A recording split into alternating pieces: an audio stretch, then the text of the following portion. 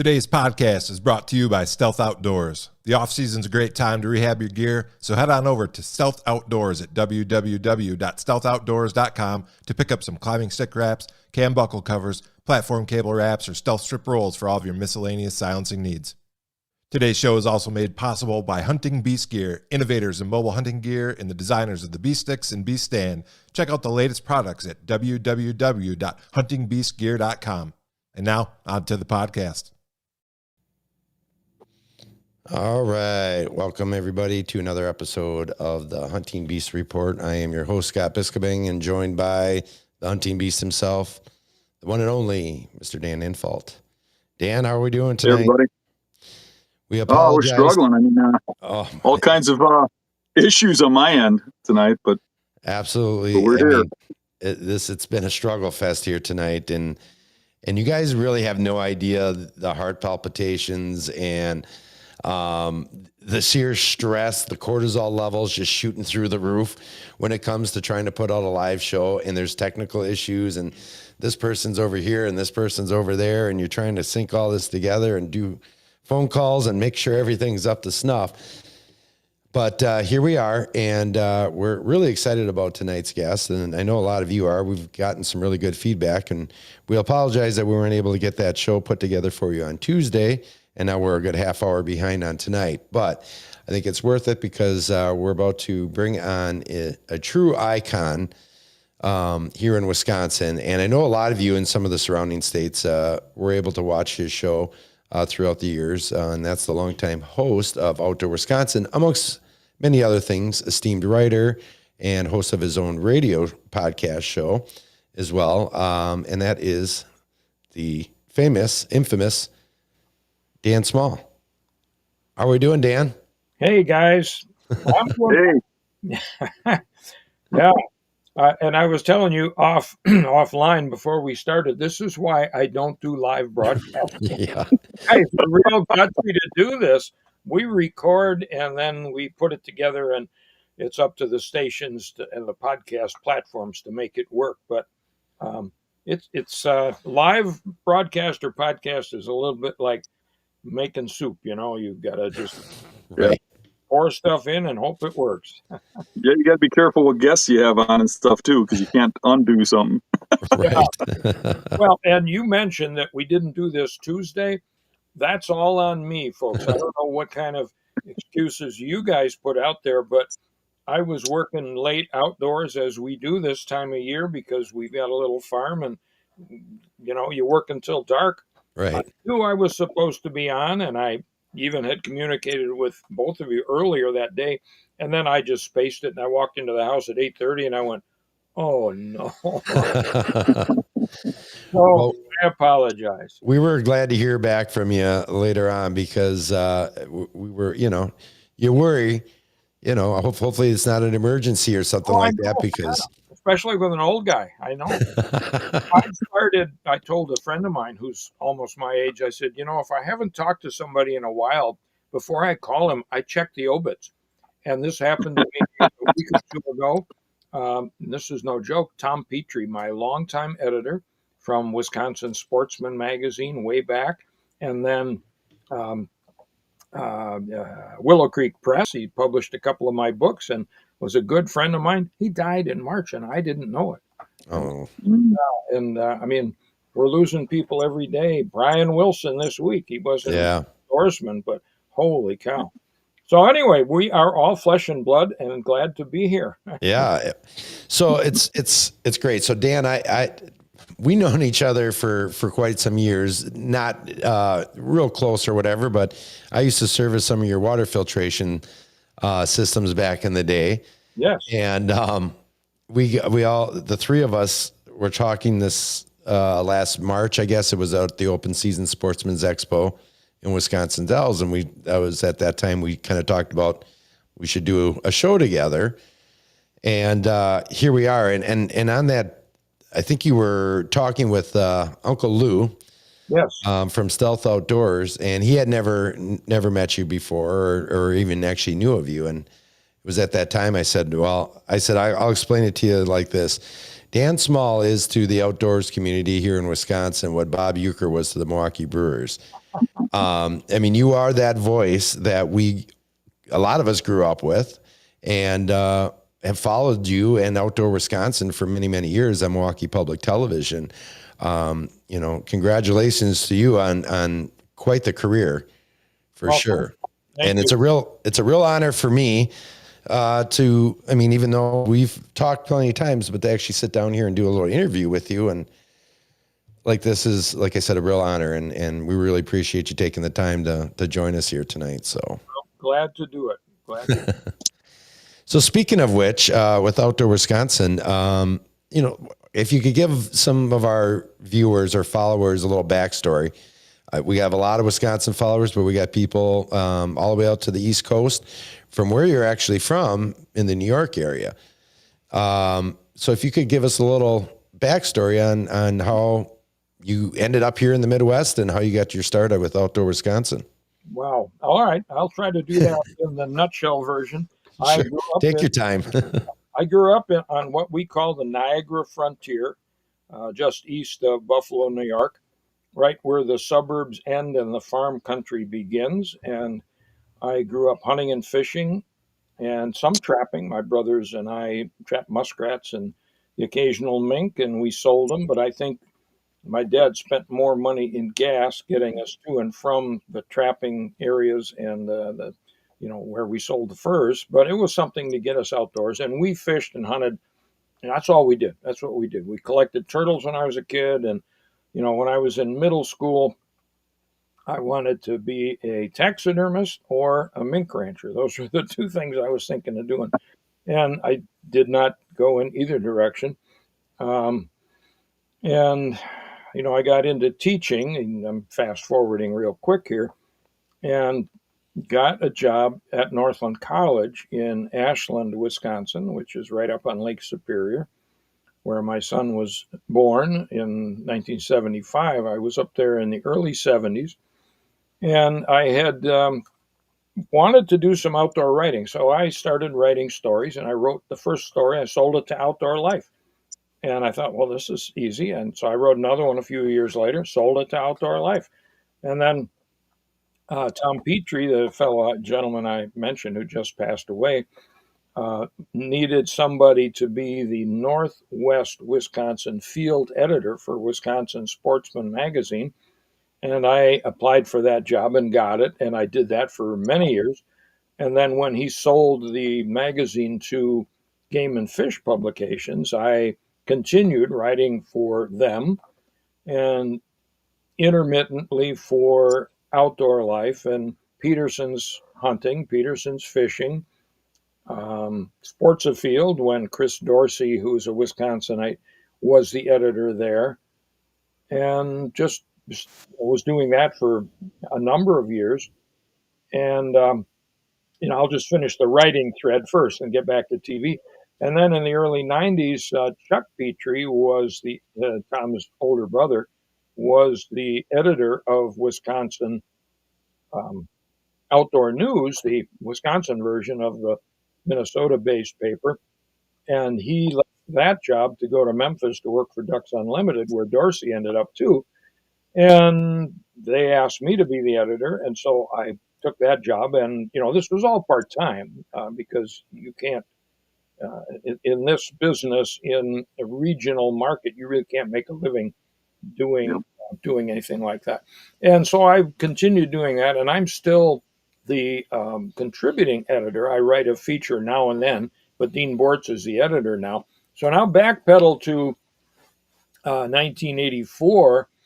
I was at an outdoor writers conference in Traverse City, Michigan, and Don Johnson, whose name I'm sure you guys will remember, he was the Milwaukee Sentinel outdoor writer. I was going to say, I thought it was the Sentinel, right? Was the Sentinel. Before, when the Journal and Sentinel were separate, yeah. When they were separate, right? He was with the Sentinel, and Jay Reed was with the Journal. And he was at that conference, and he told me that this TV station in Milwaukee was looking for somebody to host an outdoor show. And I said, that's nice. And he said, no, you got to talk to them. So on the way home from Traverse City, and home at the time was Washburn, Wisconsin, I crossed the UP and I stopped in Ironwood at a phone booth. Remember phone booths, guys? Oh, yeah. There's still one in Florence, Wisconsin. I just learned that today when I was recording an interview with Eric Prince, who's the executive director of Florence County There is. Economic Development. There's a phone booth there, and it's featured in a book by Tom and Christy Manis, who drive around the country and they visit crazy places. Anyway, so I saw the phone booth. I called Jack Abrams in Milwaukee at Milwaukee Public Television, which was now it's Milwaukee PBS, but anyway, Channel 10. And he said, "When can you come down to do an audition?" And I went down a week or so later, and they called me a week or two after that and said, "Well, we'd like you to host a show." And I said, "Okay, what's the deal?" $100 a week, and plus travel expenses. Well, I wore out a Honda station wagon driving back and forth from Washburn to Milwaukee, made more on my expenses than I did on $100 a week at the time. But we started recording in the summer of 84, went on the air November 1st, 1984, and until COVID came, until January of 2020, we had a show every week, a new show for the first 2 years for 52 weeks, if you can believe that. And then 39 after that, and then 26, and eventually down to 13 episodes a year. But we did shows for 36 years, and they are still running old shows. You can watch them if you go to milwaukeepbs.org. You have to, there's a paywall, you have to be a member, but then you can watch any episode you want. And Milwaukee PBS is still running the old episodes. And I think some other stations are as well. I think the Madison station runs us, State Network runs us on Saturday morning, I think, and Twin Cities, KTCA has been running us. I don't know if they are now. But that's basically, in a nutshell, what got me to where I am now. And then about 20 years ago, Tony Dean, and I know you guys remember that name, South Dakota, who was big in TV and radio in South Dakota, he got me interested in radio. And so I started a radio show with Judy Nugent, and we were on LakeLink to begin with, and then WISN, and now still on LakeLink. That's where our podcast is platformed. And we're on some 20 stations throughout Wisconsin and Minnesota, and people across the lake in Michigan and over in Iowa can pick us up as well.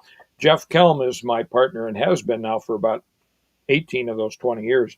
Judy went on to better things. And, I'm glad to have Jeff because the two of us work well together. And you know what it's like putting on a podcast, and, yeah, you got to have guests and you got to have something worthwhile to say, or at least you think it is, and your listeners will let you know whether it is or not. And that's where I'm at right Sure. now.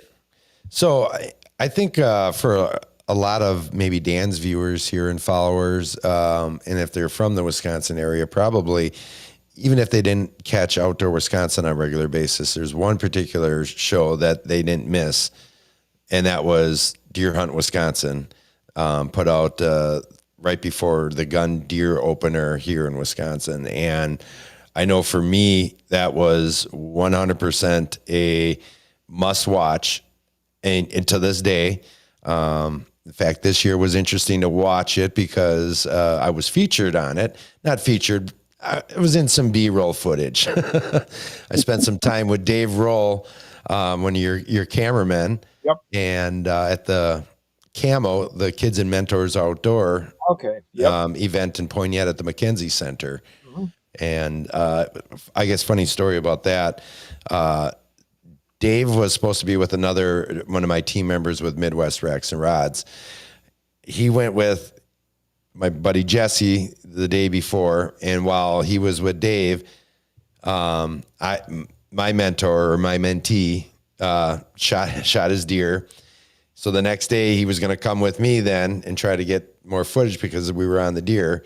Well, of course, he left Jesse, and then Jesse's kid got it. So didn't get any actual footage of deer, but he did a heck of a job filming all that and spreading the word about getting those kids out in the outdoors and hunting. So Yeah, and that is a wonderful program, the Camo program. Any program that gets kids or new hunters out into the field and into the sport, I think is very important to all of us. And I couldn't believe it when I saw the photo of these 22 kids standing in front of a meat rack of 20 deer on that particular hunt.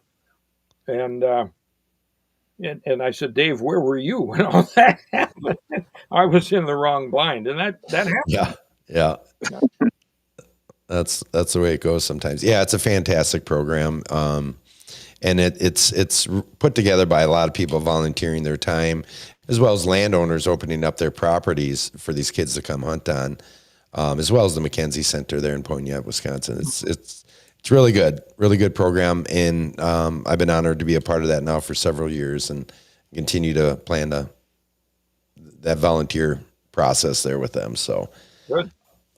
we got just a couple. I wanted to pull this one back up here from Steve. He said, "Hey, you had an influence on me, Mr. Small, and Wild America. Growing up on the banks of Rowan Creek was my benchmark. Thank you." Ah, well, good for him. Yeah, we get a lot of comments like that. I still work the Milwaukee Sports Show every year, and the last couple of years it's on and off. But I've been at the Open Season Sportsman's Expo, Mm-hmm. formerly the Deer and Turkey Expo, and of course the Wisconsin Fishing Expo. I used to work that one. And I do fewer shows now, or consumer shows now, but people come up to our booth and they always say, you know, people your age, Scott, will say, I've been watching you since I was a kid. And my good It's true. friend, Wisconsin Turkey Commander Lauren Voss, who's just a couple of years younger than I am, he uses that line all the time just because he knows it's going to get a rise out of me. But you mentioned the deer show, and yeah, we've been doing that one since 1991. Milwaukee PBS co-produced that with the DNR and with the state network the first year, and it was live, just like we are now, with the DNR biologists and wardens and other staffers in the phone banks where you normally do the pledge drive, membership drive for public TV. Right. And the phone started ringing when we put the number up on the screen. And an hour after the show ended, one of the staffers and I walked around and took every phone off the hook because we were not on the air anymore. That was the most popular show on Milwaukee PBS for the whole month of November of 1991, even beating things like Nature and National Geographic. And I think that's because there was no internet to speak of, and the DNR had just made some changes in the doe tags, and people wanted to know. And it's never been as popular since. We've never had ratings like that since then, but it's always been a popular show, and that's one that a lot of people look forward to. And we got another one in the can. Well, in the works right now. It's not anywhere near in the can yet, but we will have another one up the week before gun season again this year. Yeah, it's a tradition for sure. I remember distinctly watching that and at the same time packing my gear, getting ready to go as a young boy, going up deer hunting with my father and uncle and grandparents and stuff like that. It just became one of those things where you just had to watch it, and was always really enjoyable to watch too. Really got you pumped up for gun season for sure. Yeah, that was So Dan, all those years you did that show and you did your radio show and stuff, you must have met some really incredible people, because every week you had different people on there. Who are some of your favorites that you met over the years? Well, I don't know if you remember the name Fran Hammerstrom, but she and her husband Fred were students of Aldo Leopold, which goes way back. I mean, she died about a decade ago. She was his first female graduate student, and she lived as a widow. She lived alone in a house in Plover, that area near the Buena Vista area where the prairie chickens are. And she and her husband did research on the prairie chickens. And she, like I say, she was the first female grad student of Aldo Leopold. And we interviewed her when she was already in her 80s. And she took me woodcock hunting. And she told me, she said, if a bird gets up, you shoot it and say, "Nice shot, Fran." And I said, "I can do that." And she said, "Because I have one glass eye." And I didn't know that. But anyway, it was a fascinating conversation. We were sitting on a Leopold bench in her backyard, and she had a Parker 20 gauge Parker double side by side. That was her treasured shotgun, and that's the gun we walked with, but we never saw a woodcock that day. And when we left, now I spent one night in her house, which had no indoor plumbing, and she was a wildlife rehabilitator, and she had a great horned owl that was loose in the house. I mean, it would poop where it wanted to or needed to, and the mice that were, I mean, and there were mice in this house, and she had a pump on the porch for water and an outhouse, and I had to have that experience because grad students who worked with her and her husband would spend the night there, and then they'd get up at dark 30 and go out in the chicken blinds and watch the prairie chickens, and count them. And I had that experience on another occasion too. But when we left the house, there was no paint on the outside walls, and she was standing. I can still picture her standing in the doorway and saying goodbye, and then saying she apologized because the house they hadn't finished painting it because the boys had to go off to war. And then she paused and said, "The Civil War." So Oh, jeez. this house had not been painted since the 1860s or whatever. It's now a National Historic Monument, and I'm very glad to have met her. Jay Reed, I met. I knew Jay Reed for for a number of years, but he and I shot at the game fair that what was his name? It'll come to me. Ray Summers. I don't know if you ever got to Ray Summers Game Fair, but he had an event. He lived just north of Random Lake, and he had an event there every summer. And you could shoot sporting clays, and they did dog training demos and stuff like that. And one of the events was a Mexican duck shoot, or so they called it. And it was like crazy quail, where I don't know how many clay target machines they have in a circle, but they throw the birds wherever. And it's not, pull and then they throw it. It's once they start, you got to reload and shoot, and you and your partner have to, either between you decide who's going to shoot which one. And it was just a total cluster, if you can imagine. And we had a ball. We had fun. Who else did I met? Well, Don Johnson, of course, who helped me get that TV job to begin Sure. with.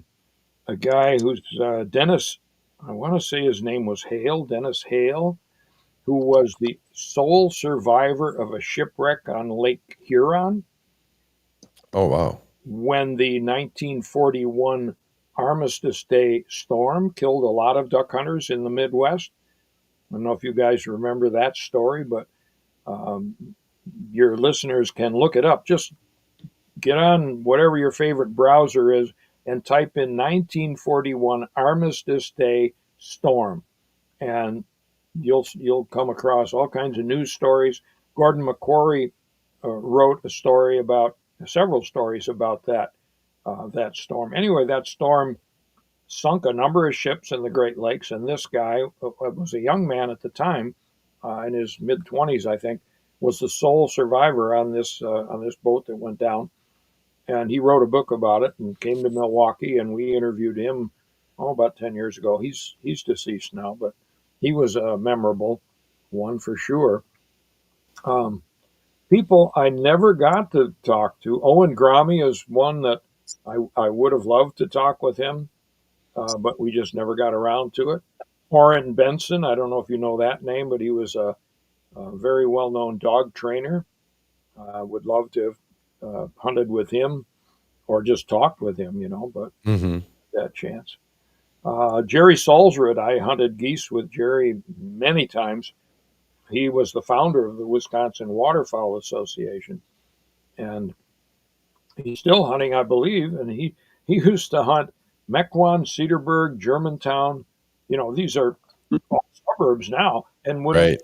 we would drive around, and he would point out a particular housing development, he'd say, I used to shoot geese there, and he knew all the farmers, and he's quite a character. And Paul Smith of the Milwaukee Journal Sentinel hunts with him quite frequently as well. Gosh, there are more, but I don't know. Those are ones that come to mind right now. If we could circle back a little bit back to Deer Hunt, Wisconsin, when you were doing that and you were working with the DNR every single season or every year. I remember one of the segments was talking about, the population and just kind of describing the different regions and what was going on out there. What were some of the things that you have seen change over the years in terms of population numbers from like when you did that first one back in 91, or even to some of your episodes of Outdoor Wisconsin back in the mid 1980s throughout the years? Can you describe any of that or what you've noticed? Yeah, well, if we stick with deer, two things come to mind immediately. One is that hunters don't know how to hunt anymore, and that's a gross overstatement. And there aren't many guys like the hunting beast who will crawl into a swamp and find some spot that nobody else goes to, somehow get his butt up in a tree with those sticks you invented, and kill a monster buck. People don't do that anymore. Everywhere I drive in this state and other states as well, every field corner, where the alfalfa meets the woods, there's a box blind in that corner. And that's what they call hunting now. Now, we hunt out of stands. I shot my first deer back in the 60s out of a tree that I shinnied up. And then I was so excited when I shot this buck with my 12 gauge 870. What's that? Remington 870? That's the old 12 gauge, right? Yeah. Yeah. Pump gun. I actually fell out of the tree coming down. So that was my first tree stand fall, even before they had tree stands. So I'm guilty as along with the rest of us from hunting either from an elevated position or a tree stand. But I don't like box blinds. I mean, I'll hunt out of them if I have to, or if that's the only option, or if it's raining. But what you miss there, and I'm talking about the hunter, not the deer, what you miss there is if somebody walks you out to the blind, and that's what these mentored hunts are for the most part. Somebody walks you out to the blind, and you sit there, and you've got a stick with your gun, and a deer walks out, and you decide whether you want to shoot this one or wait for another one. I mean, unless that mentor takes you out and teaches you how to track a deer, how to tell a buck track from a doe track, which some people claim you can do, and some say it's hogwash. I think I can tell a buck from a doe usually. People don't know that some deer are left-footed and right-footed. They will walk not in a straight line, but they will turn. And if you see that, you can actually cut that deer off. How many people know that, for crying out loud? How do you read deer sign from droppings to rubs to scrapes and all that stuff? So on the hunting side, granted, there are videos and programs, and yours is one of them, that shares that information so that people can learn the things that we used to learn by the hard way, by going out in the field and trial and error, making a lot of mistakes. Boy, I've made more mistakes than I wrote a story about 4 or 5 years ago called Bucks I Have Missed. And, there's a bunch of them. Some of them were hit and most of them were missed for a variety of reasons. I don't know. I got off on a tangent there, but so that's one thing that's happening to hunters is that we have become more stationary. We don't have the time to spend in the woods that we used to, probably because we're too much time on our magic devices, and we don't have the woods lore that guys like Mr. Infalt have because they grew up doing this. On the other hand, the deer populations, wildlife populations are dynamic. They rise and fall according to a variety of influences: weather, food availability, hunting pressure, and habitat are among the things.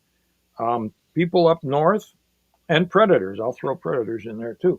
I own land. Well, my son owns it now, but we've got land in Bayfield County that I've owned since 1973. Okay. And Sure. we have deer hunted that not every year, but almost every year since then. And we've seen a lot of changes. That used to be a lot of young growth there, but now there's a lot of mature woods. And my son John is looking at how he's going to manage it to attract more bucks and hold more deer. We don't see the numbers of deer we used to.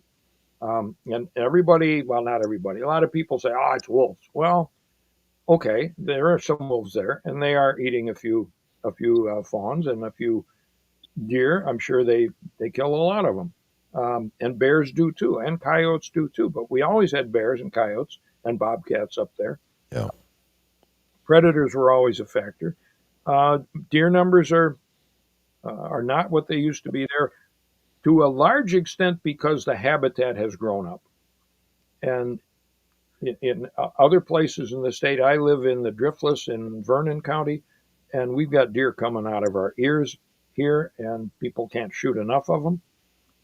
And we got good habitat, we got good soil, we got the Mississippi corridor limestone soil, so you've got a lot of good calcium. They grow big antlers. I was, not to interrupt you, I was going to ask you what is one of the things that you think is the reason why that area holds such large bucks?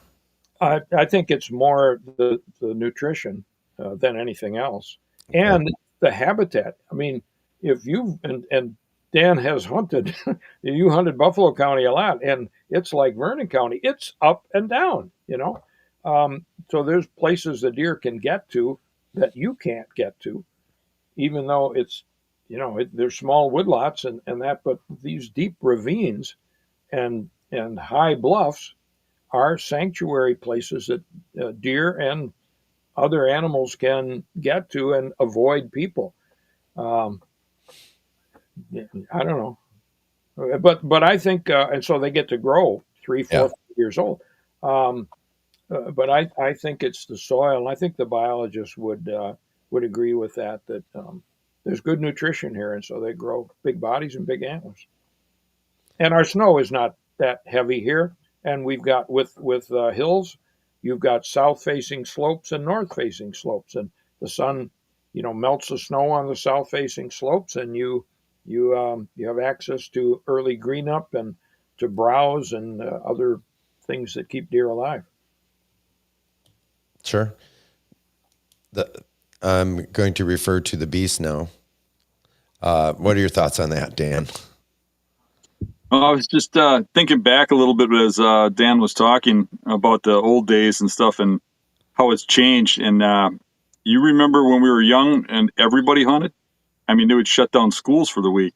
Oh, yeah. And if you went out on public land, there would be people everywhere. And now we get a little bit of a boom on opening day, and literally on Sunday you see it drop in half, and you don't see anybody the whole rest of the week. Yep. It's amazing to me. Yeah, I see more people in the parking lot on rut than I do during gun season. Yeah, it is kind of amazing to me the difference between now and then. You seeing that, Dan? Absolutely. And if the Packers are playing on Sunday at noon, you got the woods to yourself from 11 on. No question. Yep, exactly. Yeah. In fact, that's the time to sit in your stand on opening weekend is Sunday from 10 to 1 when guys are heading out of the woods because they're moving deer. That's when I've often joked about, there are no deer here, people say. And well, we sit in our stands and we eat our sandwiches and drink our coffee. And the deer are over wherever it is that they bed down and they're chewing their cud and they're thinking about where they're going to go have supper after the sun goes down. We sit here, they sit there, and unless somebody walks past them, they don't get bumped to other hunters. Yep. But yeah, you're right. Well, was it 20 years ago we had 700,000 gun hunters? This past year, we were more like 500,000, and that number keeps dropping. And that's gonna continue, I'm afraid, because you and I are getting older, and there aren't enough youngsters coming on to replace us, even with events like the youth hunts, like camo and the other mentor hunts. Sure. Yeah, it's actually astounding, the drop in numbers. I mean, generally speaking, our population isn't what it used to be anymore. Since the baby boom, Yep. you see it in schools and stuff, just enrollment. I mean, some elementary schools are combining and some of them are shutting down just because people aren't having kids. And if you're not getting that one kid you have or, into the outdoors, whether, I think fishing's a good start to get them kind of hooked in being out in nature. And then into hunting, this could end up being a real problem. And I don't think enough hunters out there really believe it. In some aspects, they're happy because they're like, well, that's more, more for me. For me, I don't have to worry about somebody dragging their runny nose 11-year-old out in the woods with them. Yeah, but if you don't drag that runny nose 11-year-old out there, there won't be hunters. There won't be hunters paying taxes on ammunition, which pays for conservation, and voting for conservation issues, and having their own families and getting their own kids outdoors. I don't think I'll live to see the end of hunting, but I don't know. Your kids' generation, maybe, Scott, Mm-hmm. or your grandkids, Dan. It's changing. It definitely is. Yeah, it's, in terms of populations, I know it's constantly there's an ebb and flow to it, and that in the 1980s, what were your thoughts on what our deer herd was like, particularly the North Woods? Because I know you had mentioned predation and wolves and things like that. How much of that do you really think has an effect on our herd? Because like you kind of alluded to before, there's a lot of people that want to bring that up. A lot of hunters that blame the wolf population, and we know that there's a lot of special interest groups out there trying to stop the wolf hunts. We had the one, what was that, 6 years ago now, if I'm not mistaken. I think it was more than that, but It might have been 2012 and 13. I want to say, whenever it was. Yeah, and it was over within a day and a half or 2 days. I mean, the quota was already met. I mean, if that doesn't say something about the wolf population, I don't know what does. Because it was also a situation too where it was kind of forced to be open because of the court systems. Yeah, you're right. I think there were 2 years and then a break, and then it was opened again in the situation you described. Yeah, well, I don't want to spend a lot of time talking about wolves, but Sure. I think we should manage wolves on a state basis. I think they should be delisted. They have recovered. What the numbers are, I don't know. I don't want to get into that debate. Are there 1,000? Are there 2,000? Are there 5,000 in Wisconsin? I think it's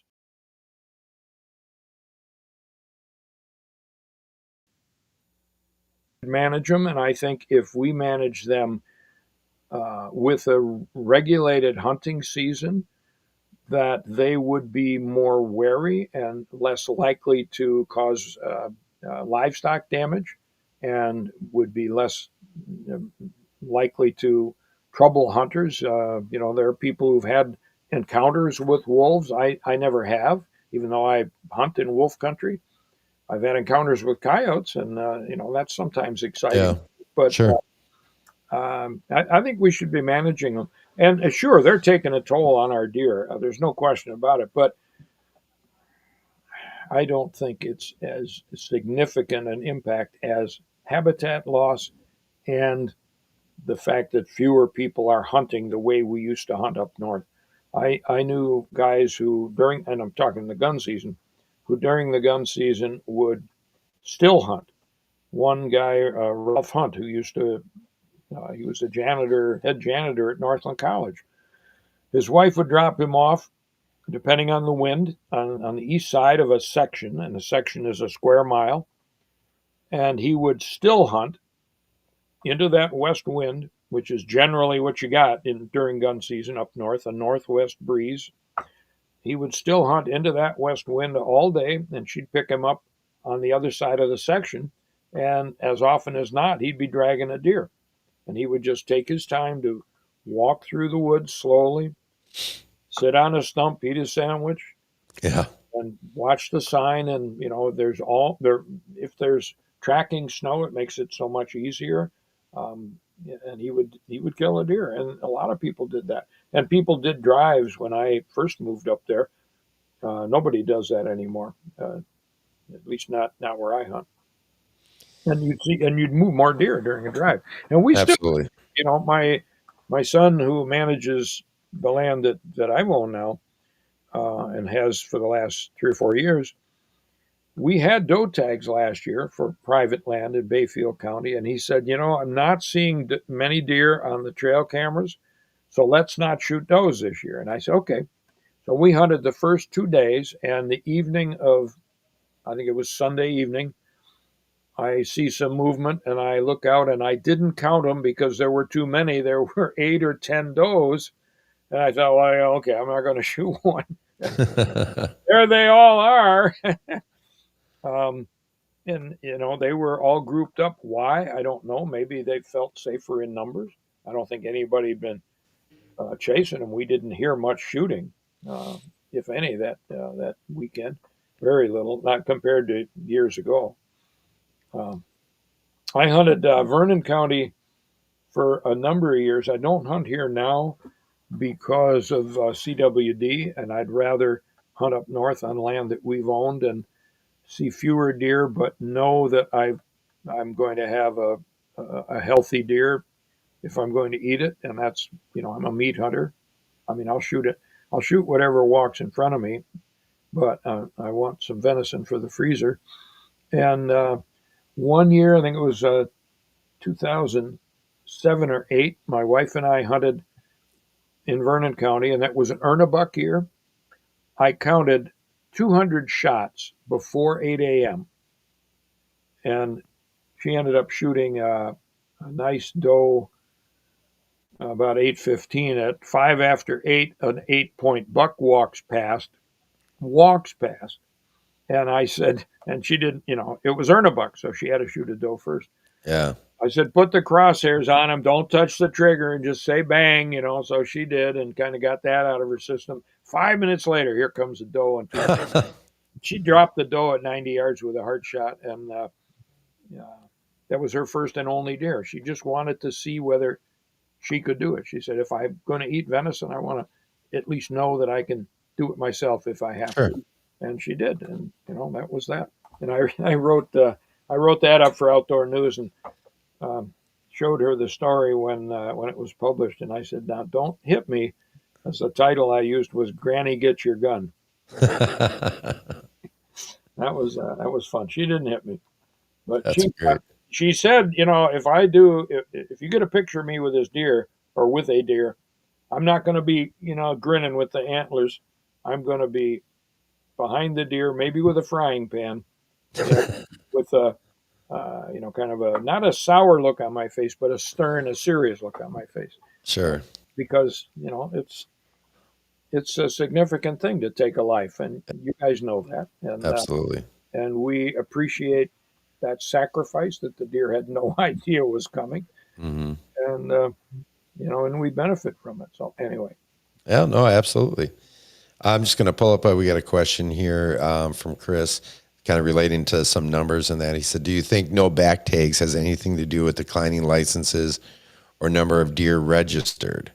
And I'm thinking, kind of maybe more alluding to the latter there, that deer number, that the deer aren't actually maybe getting registered in some cases. I'm sure that that's a factor. How big a factor, I don't know. But there's no way of knowing because Right. There isn't. There really isn't anyway. glad we don't have back tags, to be honest with you, because I sit in a lot of trees, and when you're rubbing against that tree and that plastic tag holder is scraping, or how many, raise your hand if you've never lost a back tag in the brush. I bet you the beast has a few, you know. So I'm not a big fan of back tags, but I would like to see in-person registration again. It's an option. You can go into a bar and use their phone, but it's not like getting it registered with the DNR person and getting the tag. And the other thing about that is they would take data. They would pull teeth, and they would Right. check the fat levels on a doe, and just get a pretty good idea of the health of the herd that way. Are 10% or 20% of deer not being registered? I don't know. Maybe. I mean, back in the day, deer camps used to shoot a deer and call it a camp deer. Yeah. Never take it in. Just cut it up and eat it there in camp. And doing that occasionally, I don't think hurts the population. Right. I'm not saying go do it. It's not legal, but I'm sure it happened, and I'm sure it happens today. Yeah, but in regards to the population, it's not really a factor. I don't know. I don't think so. So, Sorry, Chris. all right. Let's see. We get some more wolf comments here, but I think we're gonna. Another Chris here had commented, "Michigan opening day of gun season is absolutely packed with hunters. Hunted it for the first time this year, and it was wild. Never seen that much orange in my life." Jackson County. Jackson County, that's Lower Peninsula, right? Yeah, I would. Yes. Yep. Yeah. Well, there are places here where you would have the same experience, I'm sure. Yeah, But absolutely. not up north. Not up north. Dan, are you? Do we have you on audio? No, we don't. We don't have any sound with Dan. We can't quite figure out what's been happening there. So you just smile and nod. Give them a chalkboard. Right. Get you a whiteboard there. So you got into the radio side of things, and if you wanted to just touch on that a little bit, you have the Dan Small Outdoor Radio podcast. How many years have you been doing that, and what sparked your interest in kind of going off into that Well, as area? I mentioned earlier, Tony Dean told me years ago, he said, I make more money in radio than I do doing anything else. And he did TV, and he wrote as well. And so I thought, well, if he can make money doing radio, maybe I can too. And I do make some money, but I'm not getting rich at it. And I guess I need to do more selling. But what got me into it was Tony's suggestion that I try it. And I've got some other friends, Mark Strand and Tim Lesmeister from Minnesota, who had a 3-minute show that Cabela's sponsored for a number of years. And Tim Lesmeister still does some things on Rob Driesline's show in Minnesota, Minnesota Outdoor News. So what got me into it was that thought that maybe I'd make some money, but it's fun. I like radio because it's so much easier than television. Television, or even shooting videos and not feeding a weekly show, everything's got to be right. You've got to be in the woods with, well, you mentioned that, Scott, where last year, there were deer dropping like flies around the camel hunt people. Not when Dave Roll was there with his camera. Right. When you got one camera guy and he's in one blind, that's the only chance you got. And I'm having fun with it. I really am. I edit the segments pretty heavily. I take out a lot of the pauses and the false starts and that kind of thing that we don't deal with in a live show. Right. And it's on a bunch of stations, ISN in Milwaukee, WTSO in Madison, and stations in Sheboygan, Fond du Lac, Oshkosh, Menominee, Eau Claire, La Crosse, Viroqua. I may be missing one or two. Wisconsin Rapids, and then a couple of stations in Minnesota. And then as a podcast, it's on LakeLink, and it's on Outdoor News, outdoornews.com/podcast, and also on iHeartRadio. So if you just go to iHeart.com, type in Dan Small or Dan Small Outdoors, and you get my show. And it's very similar to what we're doing here. It's me talking with a guest, usually 3 guests in a show, and not just one, and about 10 minutes apiece. And then Jeff Kelm and I, my partner, we open and close the show, and then we have ads that run during the show. And Okay. that's how we pay for it. We sell ad time on the show, Sure. and we buy airtime. That's the difference between, well, there are some costs in putting a podcast together, but I buy airtime on WTSO and WISN in Milwaukee. That's my greatest expense, is buying that airtime. And but I have sponsors who say, hey, well, for instance, one sponsor, the Range of Richfield, which is a wonderful shooting range, state-of-the-art place. Yeah. Right north of the Cabela store there in Richfield. Jim Babiesh and his sons run that, and daughter and wife. It's a family affair. He says, every week guys come in here and say, hey, I heard you on the radio, and you're the only radio I buy, so I know that they're hearing my ads on your show. Yeah. I have a number of sponsors who say that, and when you get that kind of feedback from sponsors, that keeps you going. That and the check, of course. Right.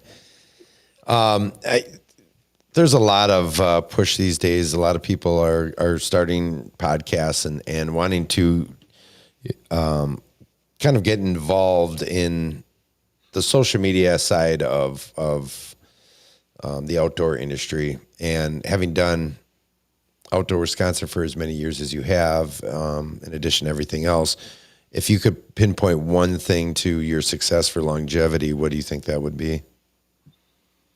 I'd say be honest, and don't try to be the expert on everything. Yeah. I've been banging around in the woods for more than 70 years, and I know a lot about the woods. But I know that if I have one of you on as a guest, I can learn something from you if I'm smart enough to ask you questions as you're doing now, and just shut up myself a little bit.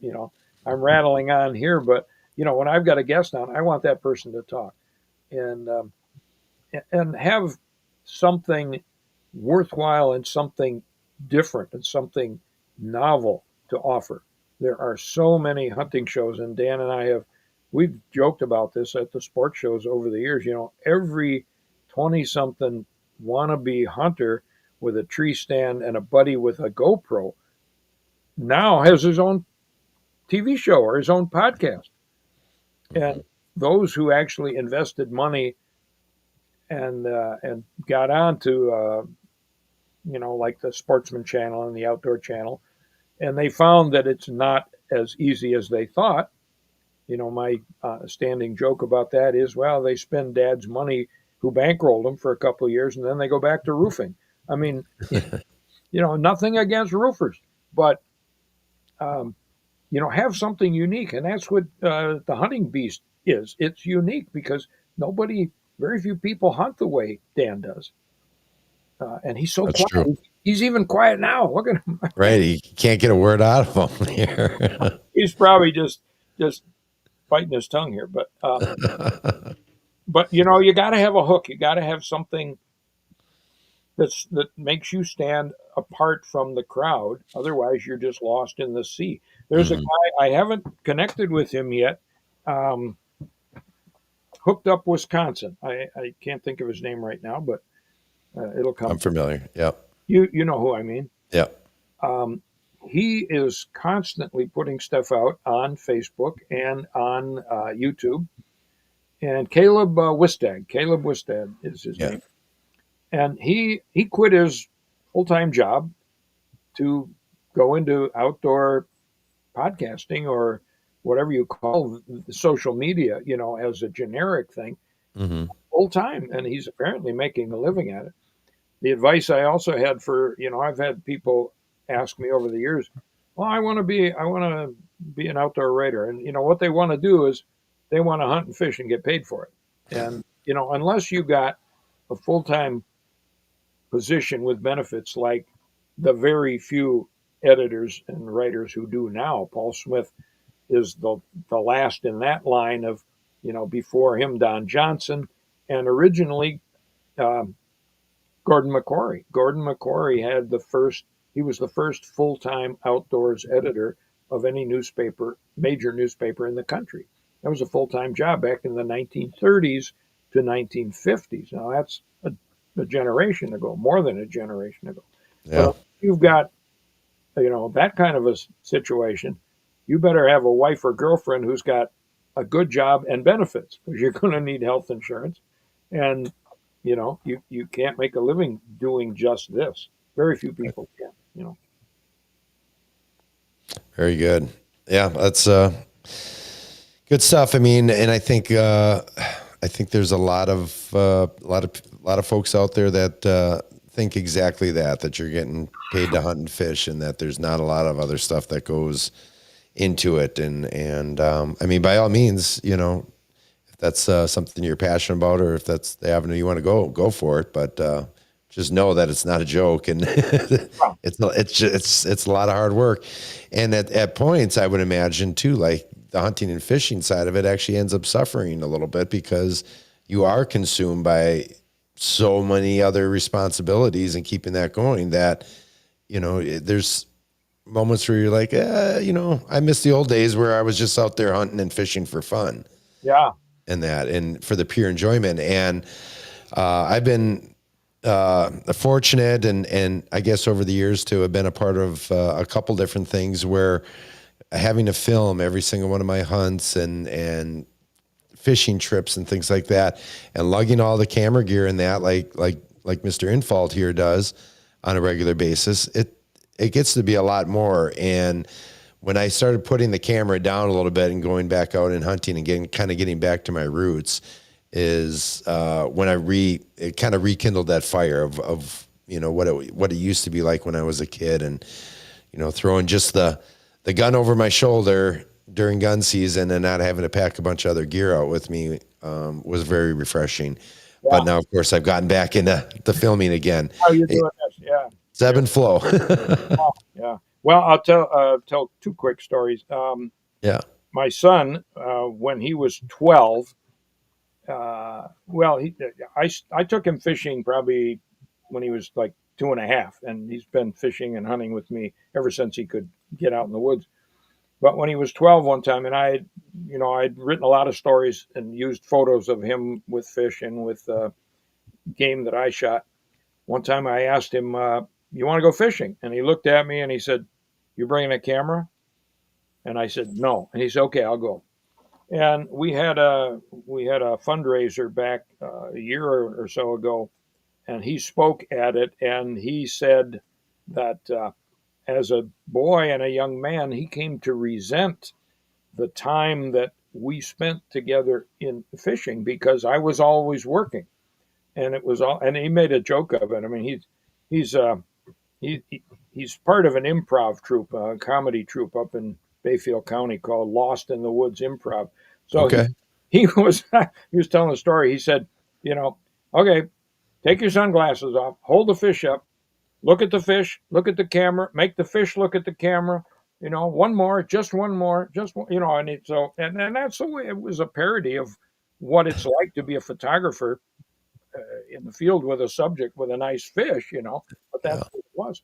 So, um, but he said, but now as he's 50 years old now, and um, he said now I've come to appreciate what my dad did, and that he was that he was working. Yes, he was working all the time, but he was producing good content and teaching other people how to do these things. And the other story, um, maybe my second year of doing outdoor Wisconsin, we had a producer named Ron Anderson who was also an outdoorsman and a producer, which is rare in public television, but he was.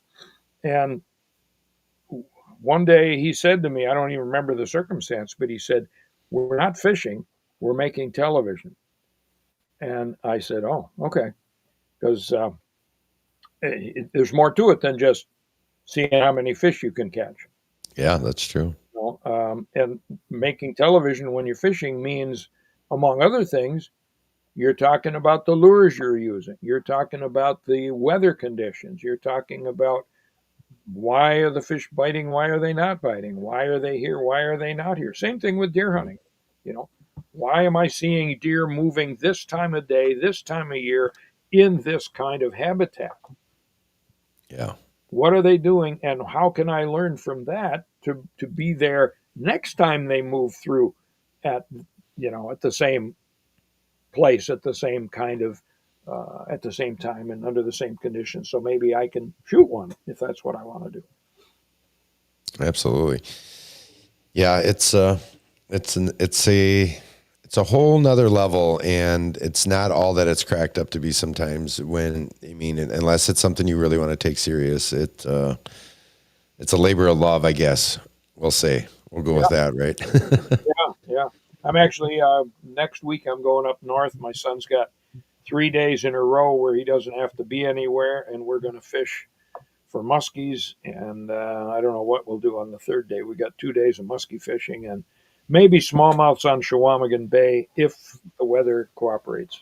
Yeah, it's that time of year that they haven't quite headed to the deepest of water yet, right? No, they may still be in shallow, and fly rod smallmouth on the bay is really that's a highlight if you can hit it. Nice. So, what else is on the horizon here for Mr. Dan Small? Any other projects or anything else you want to touch on real quick before we wrap up the show here tonight, or anything else you want to shout out? Well, that's a big open question there. I'm good at that. Yeah. The main thing I've got going on right now is the deer show, of course, and my radio show, which we've talked about. Mm-hmm. I think I would just encourage people to get their youngsters into the outdoors and let them find their way. You can point them in the right direction, but don't do everything for them. Let them make mistakes. When my son was 5 or 6 years old, we used to fish out of a canoe, and I learned not to take the canoe off the roof of the car until I was sure he wanted to fish, because a couple times all he wanted to do was throw stones in the lake, and he was good. He said, "Okay, we can go now," and I never pushed him. When kids are when they're cold and wet and hungry, they're not happy. And so if you're going to take them fishing, make it bluegills, perch. Don't take them musky fishing. If you're going to take them hunting, boy, rabbits and turkeys. Rabbits because there's a lot of them. Squirrels because they run around in trees and you can see them. Mm-hmm. Turkeys because they're so damn much fun. They talk back to you. And if things work out, they come in, and eventually deer. But don't take a kid deer hunting for the very first time and expect them to have a great time if they haven't had other outdoor experience. Sure. I'm not saying don't do these mentored hunts, but boy, a one and done hunt that doesn't result in seeing deer, I don't think is going to make a hunter. Oh, I agree 100%. And yeah, and especially in today's world, to be honest, with all the technology and the phones and the tablets and the video games and the television and all these different things, I think it's extremely important, but you almost have to kind of ease them into it just a little bit, if you make it a completely cold and miserable experience, good luck getting them to try to, come back a second, third time. So Yeah, absolutely. very good points. Yeah, you can make a game of it though. Give them Onyx Hunt on their phone, or let them play with Onyx on your phone. Sure. Where are we now? And then where do Yeah. you think the deer are? Yeah, there's those different things you can do. You got to kind of get creative, I guess. Yeah. When I was a kid, I was chomping at the bit. I couldn't wait. I mean, it's what I thought about, most of the year round. Sure. That and Christmas, and Yeah. it came hunting first, and then it was Christmas right after. So it was like the best time of year. Yeah, and if Christmas brought you a new gun or a new fishing rod, wow. Oh yeah, but then you had to sit there and wait to use it. I know. Well, rabbits again. Yep, that's true. That's true. Let's see here. Let me just check here. We got a question here from Chris. Question for Dan. What are two pieces of advice? So we got a double one here.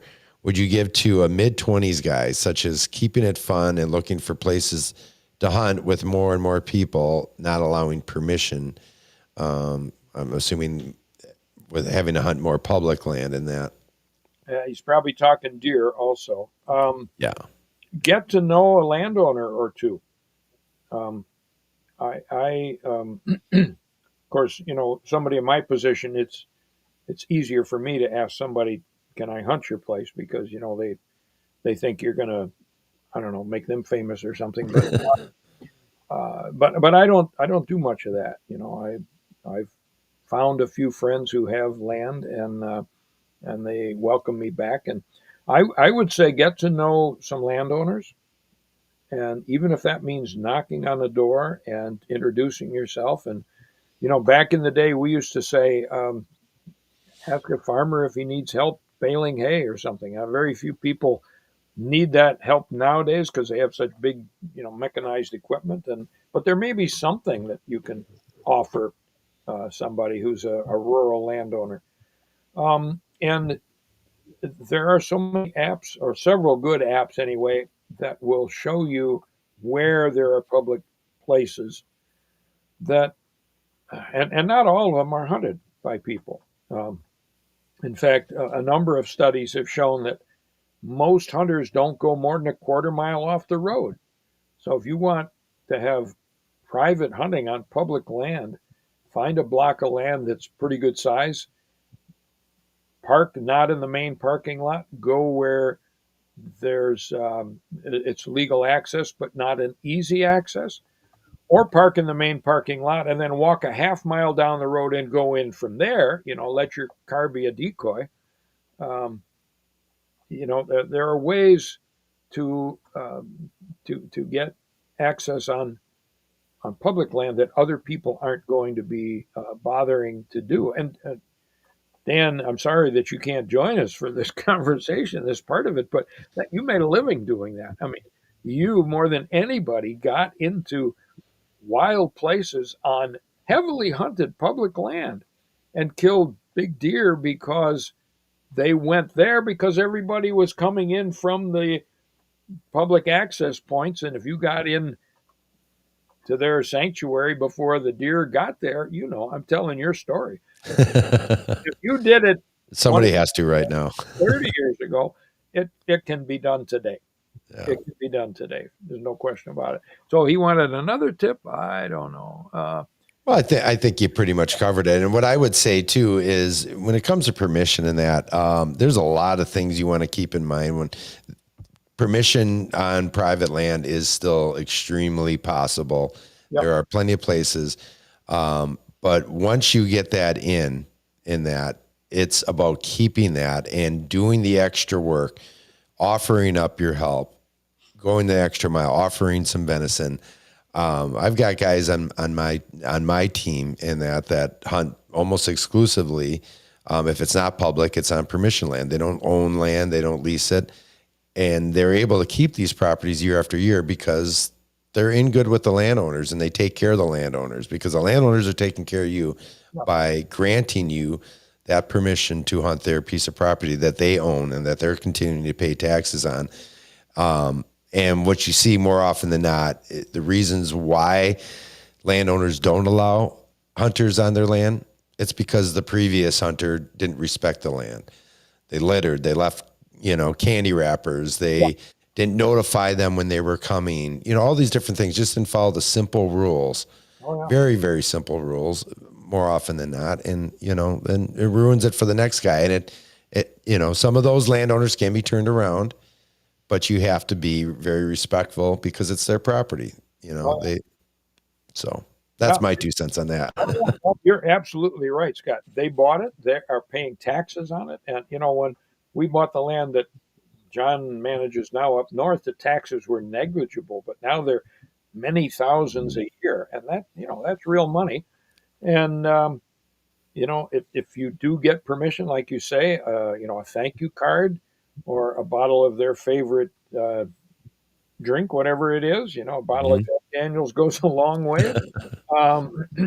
Or, a nice chunk of summer sausage or something, or, I mean, I lease land and I still donate a whole bunch of venison to the landowner and that they use for their church's chili cook-offs and stuff. And I'm happy to do it. I'm happy to do it. So, and when we kill a turkey, we offer one breast to the landowner, and half the time they don't take you up on it, but that's a nice way to say thank you. Yeah, absolutely. Don't give them a tail feather. Give them something to eat. Yeah, exactly. So, well, Dan, I think we're going to go ahead and wrap this show up here. We really want to appreciate or thank you and appreciate the time that you took with us here tonight.